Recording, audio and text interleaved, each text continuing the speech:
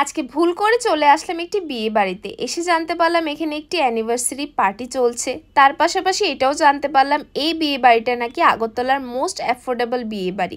But ভেন্যুর size আর beautiful decoration দেখে কিন্তু তোমরা একদম বুঝতে পারবে না। সো আমি প্রথমেই চলে গেলাম অ্যানিভার্সারি কাপলকে কংগ্রাচুলেশন জানাতে। ওদের 25th অ্যানিভার্সারি ছিল আর খুব সুন্দর করে সেলিব্রেট করছিল।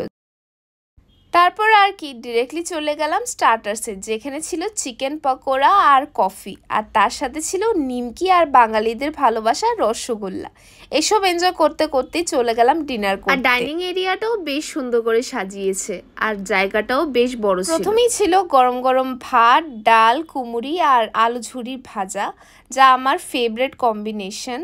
তারপরে ছিল মুড়ি ঘন্ট, কাতলা মাছ আর ইলিশ ভাপা, যা আমার ফেভারিট। আর মাছের সাইজটা তো তোমরা দেখতেই পাচ্ছ, আর খেতেও খুবই সুস্বাদু ছিল।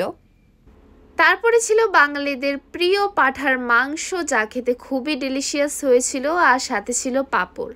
শেষ পাতে ছিল চাটনি আর আইসক্রিম। খাবার পর বুঝতে পারলাম আমি একটু বেশিই খেয়ে নিয়েছি, তাই এখন বাড়ি যাওয়াটাই ঠিক হবে।